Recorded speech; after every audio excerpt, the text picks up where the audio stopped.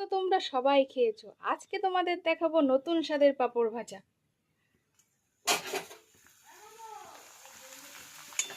তেল দিয়ে এইভাবে চেপে চেপে পাঁপড়গুলোকে আগে ভেজে নিতে হবে। দেখো আমাদের পাঁপড় ভাজা চলছে।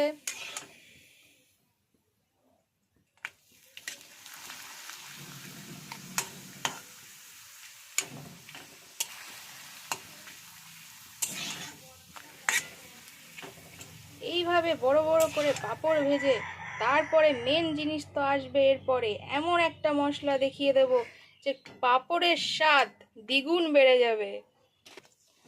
আমাদের পাঁপড় প্রায় ভাজা কমপ্লিট। এবার তোমাদের দেখিয়ে দেব যে পাঁপড় কি করে পাঁপড়ের স্বাদ বাড়াতে হয়। তো দেখো আমাদের পাঁপড়টা ফাইনালি কমপ্লিট হয়ে গেছে। এবার তোমাদের সিক্রেটটা দেব।